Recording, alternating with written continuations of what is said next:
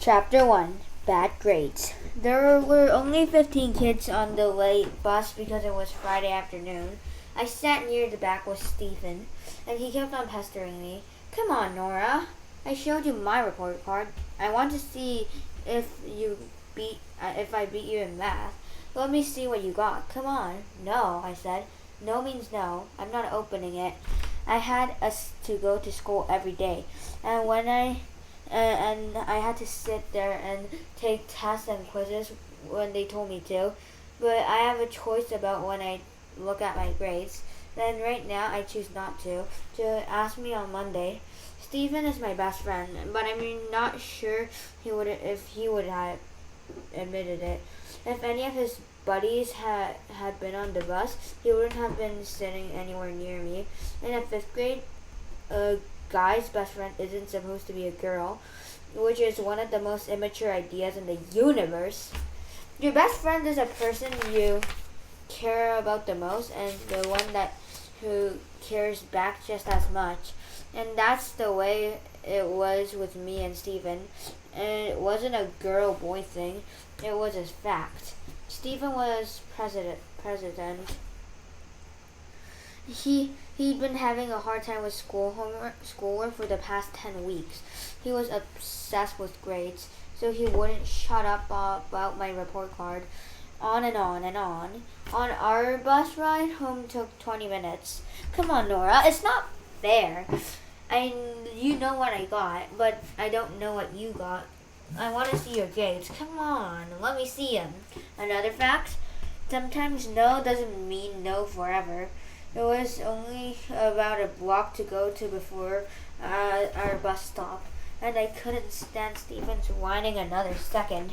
Besides, the truth is, I was dying to know my spelling grade, and I was sure my grades in all of the other subjects, but I thought I might have a messed up in spelling. So I pulled out my report card out of my backpack and slapped it into Stephen's hands. I didn't care what my whole name was printed right in the label. Nora Rose Rowley. Here, I said. This is your prize for being the most annoying person in the world. All right, Stephen said, and he had to write those grades out of the envelope within about 3 seconds. Stephen's face went blank and his mouth dropped open. It was like he couldn't talk or breathe. He finally spluttered and said, "No way, Nora. This can't be right. Miss Noyes, Miss Zhang, and everybody. These are wrong grades." I ignored his amazement. I said, "Just tell me what I got in spelling, okay?" Stephen's eyes flickered down the page and said, You got a C." Rats! I kicked the seat of the front bus. I knew it! A lousy C. How could I be so stupid? Stephen was wishing he hadn't begged to see my grades, and his face showed it. He gulped and said, Nora, I hate to tell, but your other grades are..." He cut him off. "I know what they are." Stephen was completely confused. He said, "But if you know what the others are, and then why are you mad about the C's in spelling? Because all the others are D's. You got a D in everything. All D's except for that one C." "Rat," I said again. "Spelling." Stephen struggled on, but because a C is better than a D, right?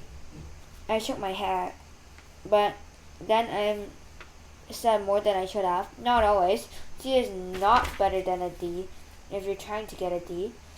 That was a really confused Stephen, and I didn't want him to have any time to think about it. I grabbed my report card and said, "So, what did you get in spelling?"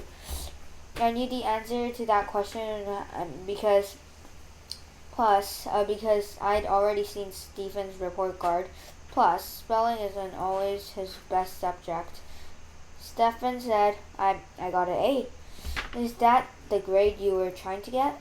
He squinted and said, yeah, I guess so." "Then you got what you're looking for." "That's good. That's a good grade, Stephen." He said, thanks. I could tell he was worried about my grades, and that was just like him. If to be worried about someone other than himself, which is why it was a good thing that Stefan had someone like me looking for him. Because I gotten all those D's on purpose. I hadn't meant to get all these, and those D's were probably going to get me in big trouble, but I didn't care about that. I gotten those D for Stephen.